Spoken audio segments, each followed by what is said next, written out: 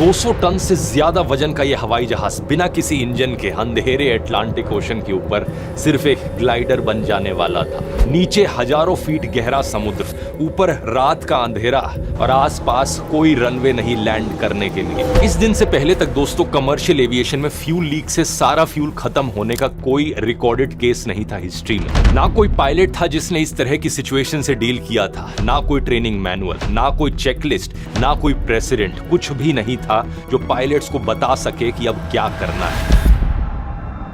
नमस्कार दोस्तों, 23 अगस्त साल 2001 रात के करीब 11 बज रहे थे। टोरंटो के पियर्सन इंटरनेशनल एयरपोर्ट पर हलचल का माहौल था। गर्मियों के मौसम में गेट्स पर लोगों की भीड़ लगी थी। फैमिलीज, कपल्स, स्टूडेंट्स सब अपनी अपनी फ्लाइट्स के लिए अलग अलग गेट से बोर्डिंग कर रहे थे और इन्हीं में से एक गेट पर एयर ट्रांजिट, एक कैनेडियन एयरलाइन की फ्लाइट TSC 236 खड़ी थी। टोरंटो से पोर्चुगल जाने वाली एक रेगुलर ओवरनाइट फ्लाइट। इसमें 293 पैसेंजर्स और 13 क्रू मेंबर्स यानी कुल 306 लोग सवार थे। ज्यादातर पैसेंजर्स पोर्चुगीज ओरिजिन के कैनेडियन थे जो समर वेकेशन के वक्त पोर्चुगल जा रहे थे।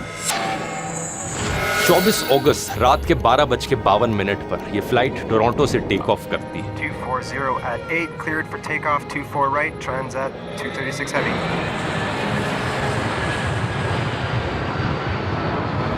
इसे पोर्चुगल के लिस्बन पहुंचने के लिए पूरा अटलांटिक ओशन क्रॉस करना था। टेक ऑफ के कुछ ही मिनट बाद यह प्लेन 39,000 फीट की हाइट पर पहुंच जाता है और अपने सफर में आगे बढ़ता है।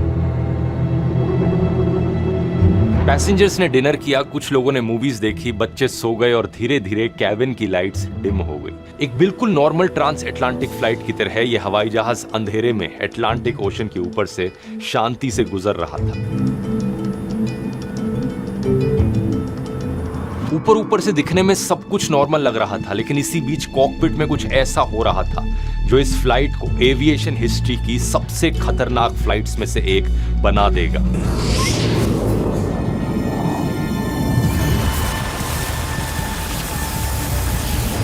इस फ्लाइट में बैठे लोगों को यह नहीं पता था कि एक टाइम बॉम्ब टिक टिक कर रहा था। बीच समुद्र के ऊपर इस प्लेन का सारा फ्यूल जल्द ही खत्म होने वाला था और इसके दोनों इंजन्स बंद होने वाले थे। ऊपर से इस फ्लाइट की कमांड थी एक ऐसे पायलट के हाथ में जो ड्रग स्मगलिंग के चार्जेस पर सालों तक जेल में सजा काट कर आए थे। लेकिन इनके इस राज के बारे में प्लेन में किसी को नहीं पता था।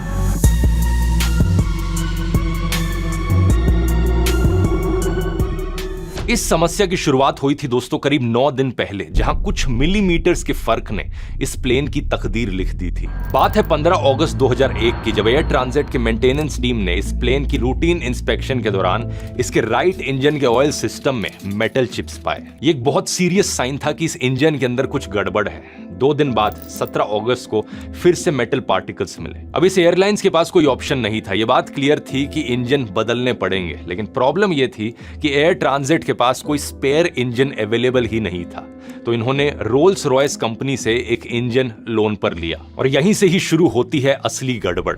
अब इमेजिन करो दोस्तों, आपके फोन का चार्जर खराब हो जाए और आप उससे एक मिलता जुलता चार्जर लगाते हो जो दिखने में सेम लगे लेकिन अंदर का पिन थोड़ा अलग हो। ऐसे में आपका चार्जर कुछ दिन चलेगा लेकिन फिर शॉर्ट सर्किट हो जाएगा। एग्जैक्टली यही हुआ इस प्लेन के साथ। रोल्स रॉयस का जो नया रिप्लेसमेंट इंजन आया वो पुराने डिजाइन का था। प्लेन का सिस्टम नए डिजाइन का था। बाहर से सब सेम दिखता था लेकिन अंदर की फ्यूल और हाइड्रोलिक ट्यूब्स की फिटिंग थोड़ी अलग थी। और जब ये एयर ट्रांजिट को डिलीवर हुआ तो इंस्पेक्शन में ये फर्क पकड़ा ही नहीं गया। इंजन बदलने का काम 17 अगस्त की आधी रात को शुरू होता है। ये काम संडे दोपहर तक पूरा होना जरूरी था क्योंकि प्लेन की स्केड्यूल्ड फ्लाइट थी उस वक्त, यानी मैकेनिक्स के पास बहुत टाइट डेडलाइन थी। जैसे ही मैकेनिक्स इंजन बदलने का काम शुरू करते हैं तभी एक प्रॉब्लम आ जाती है। नए इंजन पर प्लेन का हाइड्रोलिक पंप लग नहीं रहा था क्योंकि बीच में इंजन के एक फ्यूल ट्यूब आ रही थी। अब यहाँ पर लीड टेक्नीशियन ने जब एयरबस की पार्ट्स लिस्ट सर्च की तो उसे पता चला कि इस इंजन के फ्यूल और हाइड्रोलिक ट्यूब्स का डिजाइन प्लेन के बाकी सिस्टम से बहुत अलग है। इस बंदे को समझ नहीं आया कि इस पुराने डिजाइन के इंजन को इस नए पंप के साथ कैसे फिट किया जाए। इसके लिए इसने 3 अलग अलग कंप्यूटर्स पर रोल्स रॉयस की मैनुअल खोलने की कोशिश की, लेकिन तीनों बार नेटवर्क डाउन होने की वजह से खुला नहीं। लेकिन यहाँ पर एक चौंकाने वाली बात हुई। सर्विस बुलेटिन मैनुअल एक्चुअली में ऑफलाइन सीडीज में मौजूद थी, लेकिन हमारे लीड टेक्नीशियन भैया को इन सीडीज के बारे में पता ही नहीं था। यानी वो डॉक्यूमेंट जिस पर सैकड़ों लोगों की जान डिपेंड करती थी वो उसी बिल्डिंग में पड़ा था, लेकिन किसी ने उसे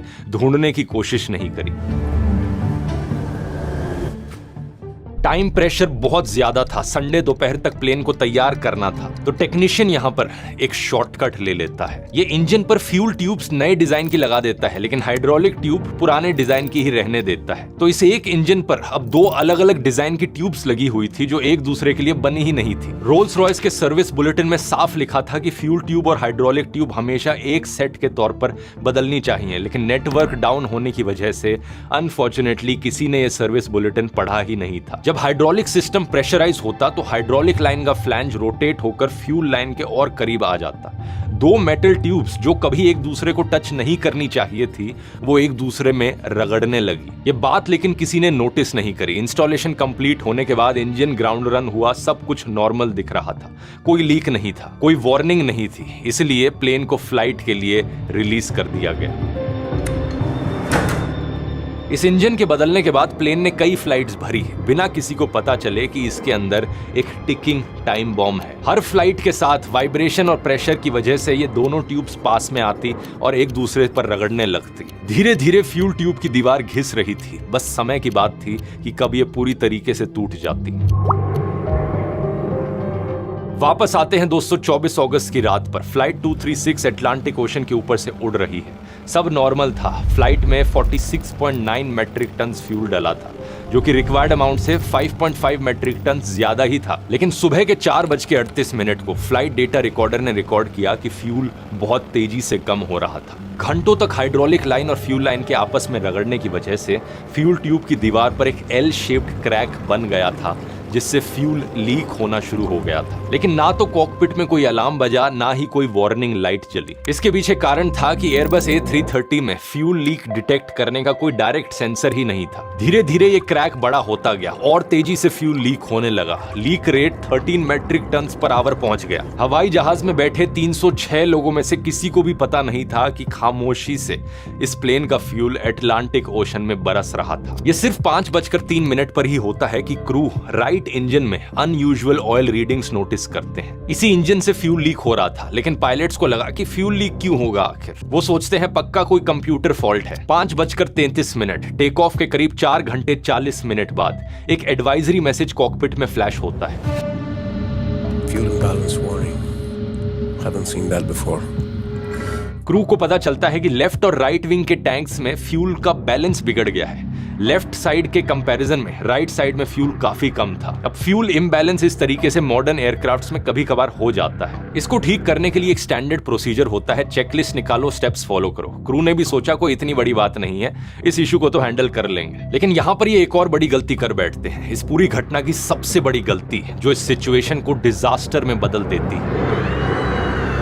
ये क्रू चेकलिस्ट को फॉलो ही नहीं करते, उसकी बजाय प्रोसीजर को याददाश्त से फॉलो करते हैं। चेकलिस्ट में साफ लिखा था कि अगर फ्यूल लीक का शक हो तो फ्यूल लीक प्रोसीजर फॉलो करो, फ्यूल इम्बैलेंस प्रोसीजर नहीं। लेकिन क्योंकि अपनी मेमोरी से काम कर रहे थे, इन्होंने इस नोट को मिस कर दिया। फ्यूल इम्बैलेंस ठीक करने के लिए क्रू ने क्रॉस फीड वॉल्व खोल दिया। इसका मतलब था कि अब लेफ्ट विंग वाले टैंक्स का बचा हुआ फ्यूल भी सीधा राइट विंग के लीक में जा रहा था। दोनों तरफ का फ्यूल एक ही लीक से बाहर बहने लगा। पायलट्स ने जिस प्रॉब्लम को फिक्स करने की कोशिश की, उसी ने प्रॉब्लम को डबल कर दिया। यहां पर एक चौंकाने वाला कोइंसिडेंस आता है। ठीक 4 साल पहले 24 अगस्त 1997 को एक एयर फ्रांस A320 के जहाज को भी ठीक ऐसे ही एक फ्यूल लीक इशू हुआ था। फ्रेंच अथॉरिटीज ने रेकमेंड किया था कि एयरबस में automated fuel leak warning system लगाया जाए। एयरबस ने प्रोसीजर्स अमेंड तो किए, लेकिन ऑटोमेटेड लीक वार्निंग सिस्टम नहीं लगाया। अब 4 साल बाद एग्जैक्ट सेम सिनेरियो फ्लाइट 236 पर रिपीट हो रहा था, और अगर वो वार्निंग सिस्टम लगा होता तो शायद आज ये सिचुएशन नहीं बनती। और ये सिर्फ एविएशन सेफ्टी का मामला नहीं है, आज के डिजिटल वर्ल्ड में भी हम रोज ऐसी ही वार्निंग्स को इग्नोर करते हैं। Unsafe websites, tracking, cookies, phishing links, हम सोचते हैं कि हमारे साथ कुछ नहीं होगा, लेकिन जिस तरह फ्लाइट 236 को एक ऑटोमेटेड वार्निंग सिस्टम की जरूरत थी, उसी तरह आपको भी अपने डिजिटल लाइफ के लिए एक रिलायबल प्रोटेक्शन सिस्टम चाहिए। और यही काम करता है NordVPN का थ्रेट प्रोटेक्शन फीचर। NordVPN वैसे तो एक VPN की ऐप है, लेकिन इसका ये वाला फीचर बिना VPN कनेक्टेड करे भी काम कर सकता है। ये ऑटोमेटिकली ट्रैकर्स रोकता है, एनोइंग एड्स को ब्लॉक करता है, और अगर आप किसी स्कैम या फिशिंग वेबसाइट पर जाने वाले हो तो पहले वार्न करता है। आप NordVPN के एक अकाउंट से अप टू 10 डिवाइसेस की प्रोटेक्शन ले सकते हो और इसकी जो VPN की फंक्शनैलिटी है वो भी अपने आप में बहुत यूजफुल है लोकेशन को स्पूफ करने के लिए। ट्रैवल करते हुए अलग अलग देशों में अक्सर कंट्री रिस्ट्रिक्शंस लगी होती हैं, ये उन्हें बाईपास कर सकता है। अब क्योंकि NordVPN ने इस वीडियो को स्पॉन्सर किया है तो आपको इनके 2 साल के प्लान पे एक बहुत बड़ा डिस्काउंट मिलेगा, प्लस 4 एक्स्ट्रा महीने फ्री मिलेंगे। इस ऑफर का आप फायदा उठा सकते हो इस लिंक पर जाकर nordvpn.com/dhruv। प्लस यहाँ 30 डे मनी बैक गारंटी भी है, तो कोई रिस्क नहीं है। nordvpn.com/dhruv खुद जाकर चेक कर सकते हो। वापस अपनी फ्लाइट 236 पर आए तो क्रॉस फीड खोलने के बाद कैप्टन ने एक्सपेक्ट किया था कि फ्यूल रीडिंग स्टेबलाइज हो जाएंगी, लेकिन नंबर्स गिरते रहे। लेफ्ट साइड में भी अब फ्यूल कम होने लगा। उन्हें कुछ समझ नहीं आ रहा था कि हो क्या रहा है। कैप्टन ने केबिन क्रू को कहा, खिड़कियों से बाहर देखो, विंग्स और इंजन्स चेक करो, कहीं फ्यूल लीक होता हुआ तो नहीं दिख रहा है। लेकिन रात का अंधेरा था, नीचे सिर्फ काला समुद्र था, खिड़कियों से कुछ नजर नहीं आया। लेकिन फ्लाइट में बैठे हुए लोग इस बात से पूरी तरीके से अनजान थे। उन्हें लग रहा था कि अब कुछ ही देर में ब्रेकफास्ट सर्व किया जाएगा और प्लेन बड़ी शांति से लिस्बन में लैंड कर जाएगा। लेकिन 5:45 फ्यूल अब इतना लीक हो चुका था कि लिस्बन तक नहीं पहुंचा जा सकता था। इस फ्लाइट की कमांड संभाले थे कैप्टन रॉबर्ट पीश, जिनके पास 16,800 घंटे का फ्लाइंग एक्सपीरियंस था, और साथ में थे इनके को पायलट डर्क डेजागर, जिनके पास 4,800 घंटे का फ्लाइंग एक्सपीरियंस था। खास बात यह थी कि कैप्टन बुश पायलट के तौर पर भी काम कर चुके थे। इन्हें बिना किसी रनवे के जंगलों में और झीलों में प्लेन को उतारने का एक्सपीरियंस था। ऐसे में फ्यूल लीक होता हुआ देख ये फैसला करते हैं कि फ्लाइट को डाइवर्ट कर दिया जाए। अटलांटिक ओशन के बीचों बीच कुछ छोटे से आइलैंड्स मौजूद हैं जिनके बारे में ज्यादा लोग जानते नहीं हैं। अजोरेस के आइलैंड्स। कैप्टन पीश अजोरेस के टेरसीरिया आइलैंड पर स्थित लार्जेस्ट एयरपोर्ट पर डाइवर्ट करने का फैसला करते हैं। ये एक मिलिट्री एयरबेस था। 5:48 पायलट्स ATC को इन्फॉर्म करते हैं कि उनके पास अब सिर्फ 7 मेट्रिक टन फ्यूल बचा है। Transat 236 Heavy declaring fuel emergency. ये अजोरस का लार्जेस्ट एयरपोर्ट अभी भी सैकड़ों मील दूर था और क्रू को अभी भी क्लियरली समझ नहीं आया था कि एक्चुअल प्रॉब्लम फ्यूल लीक की है। 6:13 प्लेन अभी भी 34,000 फीट की हाइट पर था, लेकिन लार्जेस्ट की तरफ डिसेंड कर रहा था। पायलट्स को उम्मीद थी कि किसी न किसी तरीके से वहां पर पहुंच ही जाएंगे, लेकिन तभी अचानक से राइट इंजन फ्यूल स्टार्वेशन की वजह से पूरी तरीके से काम करना बंद कर देता है। अटलांटिक ओशन के ऊपर 34,000 फीट की हाइट पर यह ट्विन इंजन एयरक्राफ्ट अब सिर्फ एक इंजन पर चल रहा था। ETOPS यानी extended range twin engine operations performance standards इसी कंडीशन के लिए बनाए गए हैं, जिनके हिसाब से सिंगल इंजन फेलियर के बाद भी कम स्पीड पर दूसरे इंजन की वजह से प्लेन नजदीकी एयरपोर्ट तक पहुंच सकता है। लेकिन दिक्कत यह थी कि एक नॉर्मल सिंगल इंजन फेलियर नहीं था, लेफ्ट इंजन का फ्यूल भी लगभग खत्म हो चुका था। Fuel quantities reaching 0. We're losing engine number 2. I don't believe this. इसी बीच कैप्टन अपना सिंगल इंजन डिसेंट शुरू करते हैं। कैबिन में कुछ पैसेंजर्स को इंजन साउंड में चेंज फील हुआ, लेकिन अभी तक उनको कुछ पता नहीं था कि एग्जैक्टली क्या हो रहा है। Lights started flickering on and off, which I thought was kind of odd, strange. 6:26 right engine बंद होने के ठीक 13 मिनट बाद लेफ्ट इंजन भी बंद हो जाता है। 306 लोगों से भरा हुआ यह हवाई जहाज अब एक ग्लाइडर बन गया था। यह फ्लाइट अभी भी अजोरेस के एयरपोर्ट से 144 किलोमीटर 144 किलोमीटर दूर थी। दूसरे इंजन के बंद होते ही कॉकपिट स्क्रीन्स डार्क हो जाते हैं, मेन इलेक्ट्रिकल जनरेटर्स ऑफ हो गए, कैबिन की सभी लाइटें बुझ गई, पूरा प्लेन अब अंधेरे में था। लोग एकदम से पैनिक की सिचुएशन में आ गए। आखिर यहाँ हो क्या रहा था? Mayday, mayday, mayday. We have lost both engines due to fuel starvation. We are gliding now. Captain अब रियलाइज कर लेते हैं कि अब अगर उन्हें अपने साथ साथ 305 लोगों की जान बचानी है तो उन्हें दोनों इंजन्स के बिना इस फ्लाइट को सेफली लैंड कराना होगा। लेकिन इतिहास में आज तक दोस्तों किसी भी कमर्शियल पैसेंजर जेट ने इतनी दूर तक पावरलेस ग्लाइड अटेम्प्ट नहीं किया था। यहाँ पर कोई सेकंड चांस नहीं था। अगर प्लेन इस एयरपोर्ट तक नहीं पहुंच पाया तो अटलांटिक ओशन के ठंडे पानी में ही क्रैश कर जाएगा। दोनों इंजन्स बंद होने के बाद प्लेन इमरजेंसी पावर सोर्स पर आ गया। Rat full form RAM air turbine automatically deploy हो गई। अगर आपको याद हो दोस्तों, इसकी बात एयर इंडिया क्रैश वाले वीडियो में भी की गई थी। ये एक छोटी सी विंड टर्बाइन होती है जो हवा में घूमकर इमरजेंसी पावर जनरेट करती है, जिससे बेसिक इंस्ट्रूमेंट्स और कुछ हाइड्रोलिक सिस्टम्स काम कर सके। रैट को ऑपरेट करने के लिए लेकिन प्लेन की मिनिमम स्पीड 140 नॉट्स होनी चाहिए। कैप्टन पीश एयर ट्रैफिक कंट्रोलर्स को बताते हैं कि शायद उन्हें समुद्र में ही उतरना पड़ सकता है। Not sure we can make it to Lucas. जब इंजन्स बंद हुए तो कैबिन में अचानक से सन्नाटा छा गया था। जो कांस्टेंट हमिंग की आवाज हर हवाई जहाज में सुनाई देती है बैकग्राउंड में, वो गायब हो गई थी। सन्नाटा इतना गहरा था कि लोगों के कान बजने लगे। 57 साल के ऑगस्टिनो रोमेरियो ने इंजन्स को बंद होते सुना और उन्हें अपनी बेटियों का ख्याल आया जो कनाडा में थी। क्रू मेंबर्स भी घबराए हुए थे। एक फ्लाइट अटेंडेंट रोमेरियो के पास आकर कहने लगी, please help me, please help me. 24 साल के हेलीकॉप्टर पायलट ट्रेनी डैनियल रोड्रिगुएज ने क्रू मेंबर्स को एक दूसरे पर और पैसेंजर्स पर चिल्लाते हुए सुना। 18 साल के स्टूडेंट वास्को दो सैंतोस जो इसी फ्लाइट में बैठे थे, उन्हें बार बार प्लेन क्रैश मूवीज की याद आने लगी,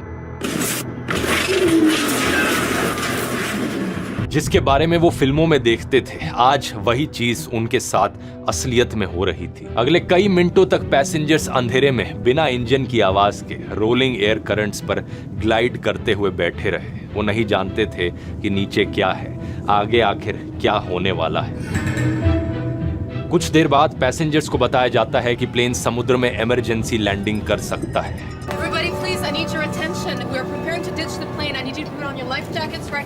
कैप्टन ने ऑफिशियली एक्सेप्ट कर लिया था कि प्लेन पानी में उतर सकता है। फ्लाइट डायरेक्टर, जो कि senior most cabin crew member होते हैं, वो अपनी इमरजेंसी एक्शन प्लान चेकलिस्ट निकालते हैं। कैबिन क्रू को कहा जाता है कि अपनी लाइफ जैकेट्स निकाल लो और पैसेंजर ब्रीफिंग के लिए रेडी हो जाओ। Prepare the cabin.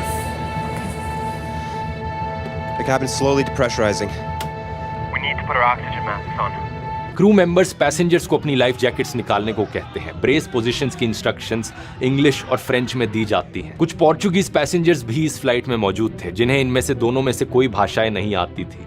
लैंग्वेज की वजह से उन्हें समझने में दिक्कत हो रही थी कि एक्चुअली हो क्या रहा है। लाइफ जैकेट्स में भी प्रॉब्लम्स आई। कुछ जैकेट सिंगल स्ट्रैप की थी, कुछ 2 स्ट्रैप की थी और पैसेंजर्स को टाइटली बाउंड इलास्टिक बैंड्स में फंसी ट्रैप्स मिल नहीं रही थी। कई पैसेंजर्स को फिजिकली क्रू मेंबर्स ने मदद करी जैकेट्स पहनाने में। जब क्रू ने emergency water landing procedures demonstrate करने शुरू किए तो कुछ लोग चीख उठे, कुछ लोग बिल्कुल सफेद पड़ गए और बहुत से लोगों ने प्रार्थना करनी शुरू कर दी। ग्रेस रोमेरो ने अपने बगल वाले पैसेंजर का हाथ कसकर पकड़ लिया।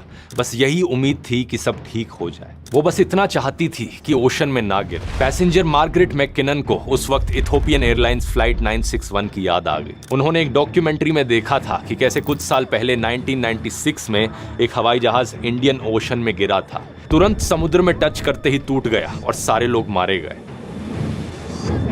मैककिनन को उस डॉक्यूमेंट्री की वजह से पता था कि वाटर क्रैश में बचने के चांसेस बहुत कम हैं। उन्होंने मौत को एक्सेप्ट कर लिया था, लेकिन उनके साथ बैठे उनके पति बाल्जिकास ने यह मानने से रिफ्यूज कर दिया। उन्होंने प्लान बनाया कि ओशन में गिरेंगे, एग्जिट से निकलेंगे, किनारे तक स्विम करेंगे। उन्हें यकीन था कि समुद्र में गिरकर भी हमें स्विमिंग आती है, हम बच सकते हैं। वो मैककिनन से कहते हैं, विल नीड आवर शूज, हमें अपने जूतों की जरूरत पड़ेगी। एक हवाई जहाज की पानी में कंट्रोल्ड लैंडिंग करना, इसे वाटर डिचिंग कहा जाता है। ये एविएशन के सबसे खतरनाक इमरजेंसी प्रोसीजर्स में से एक है। डिचिंग के इनिशियल इंपैक्ट को 95% ऑक्यूपेंट सर्वाइव कर लेते हैं, डेटा ये बताता है। लेकिन उसके बाद ड्राउनिंग और हाइपोथर्मिया की वजह से ओवरऑल सर्वाइवल रेट गिरकर सिर्फ 76% रह जाता है। अब दिक्कत ये थी कि ये एवरेज डेटा था और फ्लाइट 236 का केस एवरेज से बहुत अलग था। ये फ्लाइट रात के अंधेरे में उड़ रही थी, अटलांटिक ओशन के ऊपर उड़ रही थी। नाइट डिचिंग में पायलट्स को वेव्स की हाइट और सरफेस दिखाई नहीं देते। इसके अलावा इस समुद्र में अगस्त के महीने में भी पानी इतना ठंडा होता है कि लोग हाइपोथर्मिया की वजह से मारे जा सकते हैं। बाहर खिड़कियों से सिर्फ काला अंधेरा दिखाई दे रहा था, ना कोई स्टार्स, ना कोई लाइट, ना जमीन, ना कोई निशान, बस नीचे हजारों फीट गहरा ठंडा अटलांटिक ओशन। कुछ पैसेंजर्स ने अपनी फैमिली फोटोज निकाल ली थी, कुछ ने आंखें बंद कर ली थी। एक मां ने अपने बच्चे को कसकर सीने से लगा लिया था। कैप्टन पिश और को pilot day Jaeger emergency checklist पर काम कर रहे थे, विजुअल रनवे अप्रोच की तैयारी कर रहे थे। इंजन पावर के बिना पायलट्स के पास रनवे पर लैंड करने का सिर्फ एक मौका था, कोई गो अराउंड का ऑप्शन नहीं था। 6:31 पायलट्स ने लार्जेस्ट अप्रोच से कांटेक्ट किया। तब प्लेन 27,000 फीट पर था और लार्जेस्ट 33 नॉटिकल माइल्स दूर था। 6:36 क्रू ने रनवे लाइट्स को देखा, रिपोर्ट दी। अब प्लेन सिर्फ 14 नॉटिकल माइल्स दूर था। कैप्टन ने बताया कि उन्हें रनवे की फ्लैशिंग लाइट्स बहुत दूर से दिख गई थी और उन्हें विश्वास था कि उनके पास एयरपोर्ट तक ग्लाइड करने के लिए काफी ऑल्टीट्यूड है। 6:43 लैंडिंग गियर नीचे आता है और फिर 6:45 ये प्लेन लार्जेस्ट एयरबेस पर लैंड कर जाता है।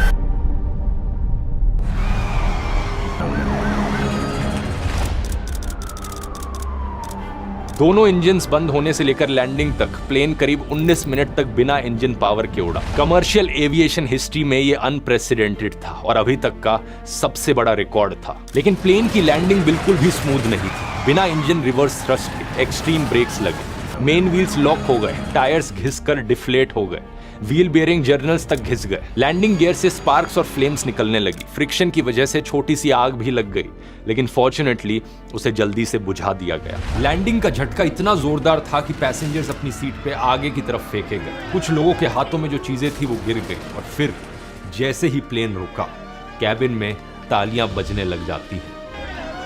2 मिनट से कम के समय में सभी 306 लोगों को प्लेन से इवैक्यूएट कर दिया जाता है। एक भी इंसान की मौत नहीं होती। 2 सीरियस इंजरीज और 16 माइनर इंजरीज जरूर होती हैं, लेकिन वो भी ज्यादातर इवैक्यूएशन स्लाइड से उतरने के वक्त होती है। लैंडिंग के बाद कैप्टन पीश को हीरो की तरह देखा जाने लगा। हालांकि कुछ ही दिनों बाद पीश का पास सामने आया और मीडिया में तूफान आ गया। पता चलता है कि करीब 20 साल पहले कैप्टन पीश को अमेरिका में ड्रग्स ट्रांसपोर्ट के लिए अरेस्ट किया गया था। उन्होंने जॉर्जिया में 5 साल तक सजा का एक हिस्सा काटा था और सिर्फ पिछले साल ही उन्हें पार्डन किया गया था। इस खबर ने सवाल खड़े कर दिए कि आखिर एक एक्स ड्रग्स स्मगलर कैसे कमर्शियल एयरलाइन का पायलट बन सकता है। लेकिन अपने पास्ट के बावजूद कैप्टन पैसेंजर्स के लिए एक हीरो बने रहे।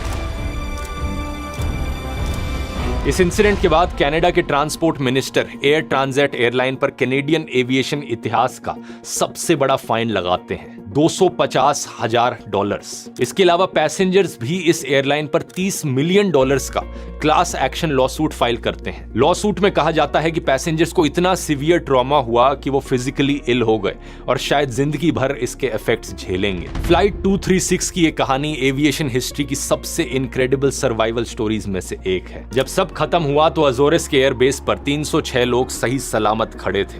कुछ लोग बस जमीन को देख रहे थे, ऐसे जैसे यकीन नहीं हो रहा हो कि उनके पैरों के नीचे सॉलिड ग्राउंड था। हर एक फ्लाइट डिजास्टर की तरह दोस्तों, इस रात को पॉसिबल बनाने के लिए भी कोई एक गलती नहीं बल्कि कई चीजें फेल हुई थी। रोल्स रॉयस की मिसिंग वार्निंग, मैकेनिक्स के द्वारा किया गया शॉर्टकट, वो मैनुअल जिसे किसी ने नहीं पढ़ा, वो चेकलिस्ट जो क्रू ने मेमोरी से फॉलो की, और वो लीक वार्निंग सिस्टम जो 4 साल पहले लगना चाहिए था लेकिन नहीं लगा था। अगर ये वीडियो आपको पसंद आया दोस्तों तो इतनी ही दिलचस्प कहानी है फ्लाइट 243 की। एक ऐसा हवाई जहाज जिसकी आसमान में ही छत उखड़ गई थी।